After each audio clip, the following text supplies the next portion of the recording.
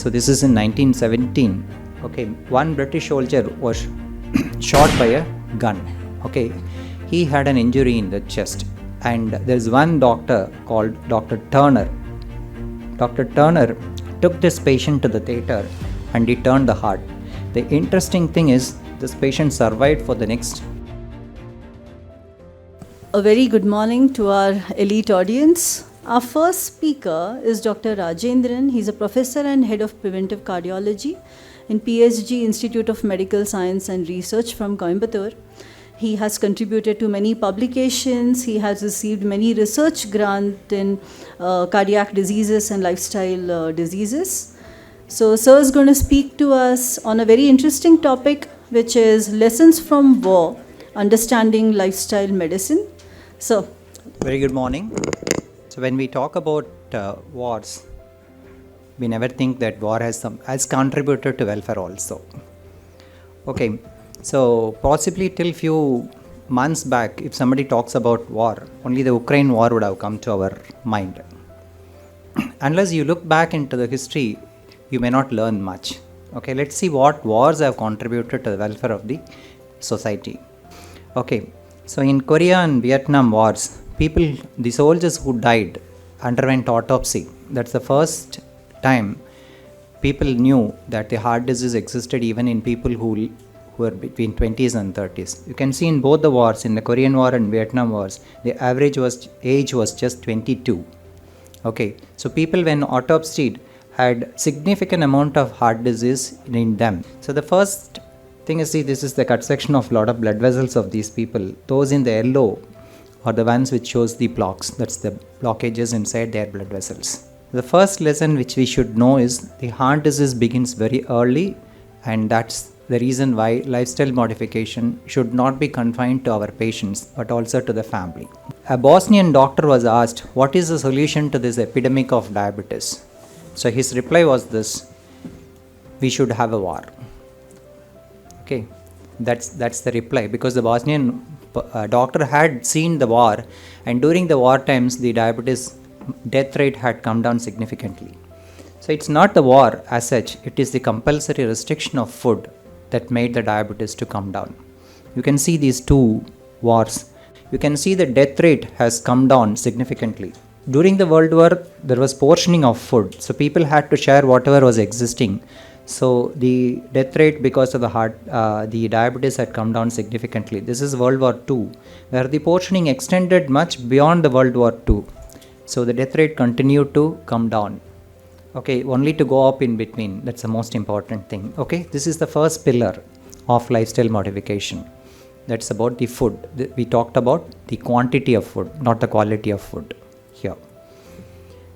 So there is a difference in this one, Gulf War and diabetes mellitus. So during the Gulf War, the things were totally different. It lasted for around 6 weeks or so. That's it. So during that time, it was a very traumatic period. People kept working during the daytime and went into hiding in the evening hours. So their walking had come down. They had all the luxury. They had lots to eat. So they were sitting in front of the TV, munching all the time. It's okay. This is what really happened, but they were all under stress. Okay, and diabetes had gone up significantly in these people. So their exercise also had gone down. So we are adding another pillar here. This is the second pillar, diet and exercise. A little deviation from the routine now about the cardiac surgery. Okay, in 1895, this particular person called Dr. Stephen Bajet said we should not break the nature and do surgeries on heart. It is not possible to do. Okay, but then what happened in World War I? So this is in 1917. Okay, one British soldier was shot by a gun. Okay, he had an injury in the chest, and there is one doctor called Dr. Turner. But Dr. Turner took this patient to the theater and he turned the heart. Possibly their parents knew that he will do it. That's why he was named as Dr. Turner. The interesting thing is, this patient survived for the next 25 years to participate in the Second World War. Okay, why I am saying this is the first event, a time when a doctor was forced to open the chest. Okay, so stress made them to do it, something positive. Okay, so when there is no struggle, there is no progress at all. All that stress which we face should be turned into something positive. That's a lesson which I'm trying to put across here. By World War II, penicillin had been discovered, and blood products had come into the market. Okay, there was a crude way of transfusing liters of blood at the same time into the patients. Okay, so there was something available at that point of time. Okay, so what happened was there were a lot of failures, but lot of cardiac surgeons ventured because a lot of injuries, chest injuries. So they decided to open up the chest. Some succeeded, some did not succeed. They went on to do cardiac surgeries post-war because they realized that they could do surgeries opening the chest. Okay, so adversity is a fact of life. Okay, it should is something which should teach you something. It should turn out to be a lesson, okay, rather than putting you down. Well, we are here to basically talk on prevention. Okay, this is a short clipping from World War II. Okay, here the Germans literally confiscated everything from the Norway. They had taken off all the animals which they were feeding, they were eating on. Okay, so Norwegians were totally deprived of non-vegetarian food for a short period, and people had to stand in the queue in the public distribution system and get whatever was available. So everything was equally divided. Okay, now see this graph. Before the World War II, how the heart disease was going up in Norway, and this is the time the war had set in, and look at that, how it had dropped. Just plummeted down, only to go up subsequently, okay, when food was available for them. Well, I think this is another important study which every one of us must be knowing, but unfortunately these studies don't find a place in our textbooks. Okay, this is North Karelia, a small place in Finland, and once in 1973, see the death rate of Finland, where 1 lakh young women, around some 500 people were dying. It is much higher than other well-developed countries at that particular point of time. Okay, they wrote a petition, and the government responded promptly. They appointed Dr. Pushka. Okay, this is also related to the war. Okay, in the post-war scenario,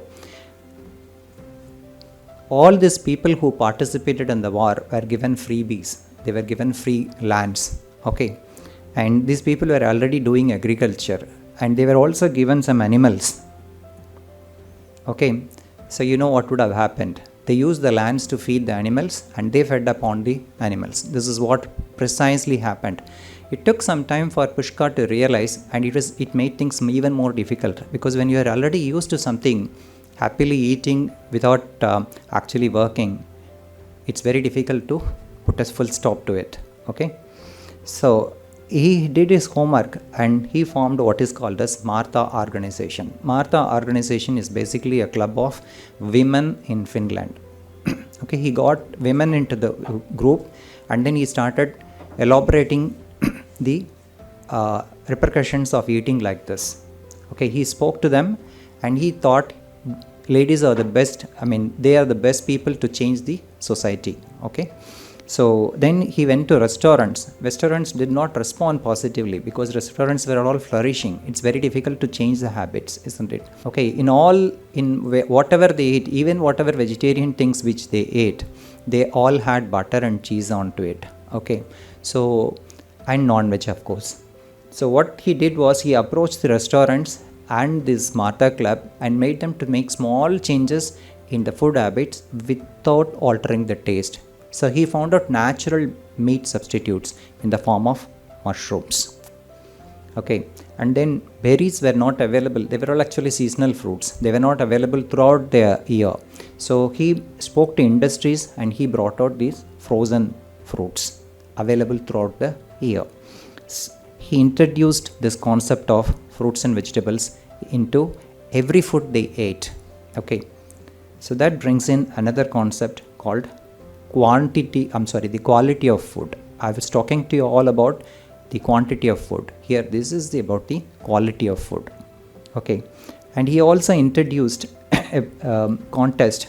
So where people were rewarded for quitting smoking, they were all jobless, sitting and eating. So they got into bad habits. So when they leave, another way to lure them is to give them some more money. Okay, just give them some rewards to stop smoking. And then pathways were created for cyclists and people to walk and run. You see, this graph is very impressive, how the death rate started coming down. Okay, that is in North Korea and the Finland as a country as a whole. Okay, that brings in another one more pillar: food, exercise, and smoking. So this is how it is now in Finland. From 700, it has down to 100 in 2011. And when it comes to India, in 2016, it was 272 per lakh, when compared to the world average of 235. So now you know where we are placed. I think it's important we bring in a change before it's too late. So this is something which all of us must know. So again, this is about the Finnish children during the World War II. These Finnish children, they were all evacuated, they were all separated from the families. They were shifted to other countries where people either adopted them or put them into orphanages, mainly to Sweden and Denmark. So these are the scenes during the separation of their family. So basically when they were separated, they had to go to another country, learn a new language, learn all the new habits. So when they had an opportunity to meet their parents, they had literally forgotten their mother tongue itself. So they had communication problems. Some of them couldn't meet the parents. So during the process, they got used to a lot of addictions, eating as well as alcohol, smoking, all those things. So why am I putting up here? So the early traumatic events led to a lot of health problems. These people were followed and they found that they had got into obesity, diabetes and heart disease during their follow-up. Stress plays a havoc in chronic diseases, especially in early life. So that brings in another pillar, stress. Okay, this is regarding Napoleon. You know that during the war times, people don't get time to sleep. Okay, but Napoleon had a knack of getting into sleep for 20-30 minutes during the wartime, during the daytime. Okay, so he will just hand over during the wartime, he'll just hand over to somebody who's there nearby, say, okay, you just take care, don't disturb me for the next 20-30 minutes. So he will go into a tent and get into sleep, just 20. Okay, so this is what people call as Yoga Nidra. Some of you might be doing yoga and some of you might be knowing Yoga Nidra also. The Bihar School of Medicine says actually what Napoleon did was Yoga Nidra. Okay, so sleep is something which is the next important pillar, which we very often forget and write few drugs instead of actually dealing with the causes. Okay,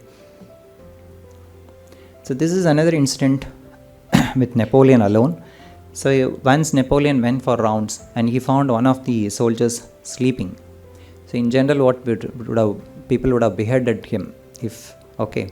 Instead, what he did was he stood by him, had his weapon. Once he got up, this man was under shock.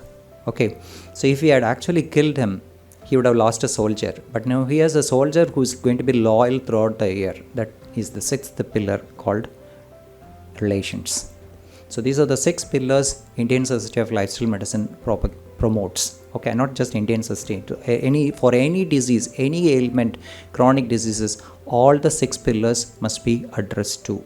If nothing, so for example, somebody is obese and not responding to a routine diet and exercise management, there is something wrong. He's under stress. He's not sleeping well. So all the 6 pillars must be definitely addressed.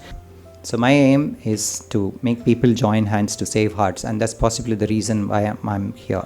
Okay, I'm sorry, this is not supported. This is Inevom Idayam Kapom. For people who know Tamil, it's a literal translation.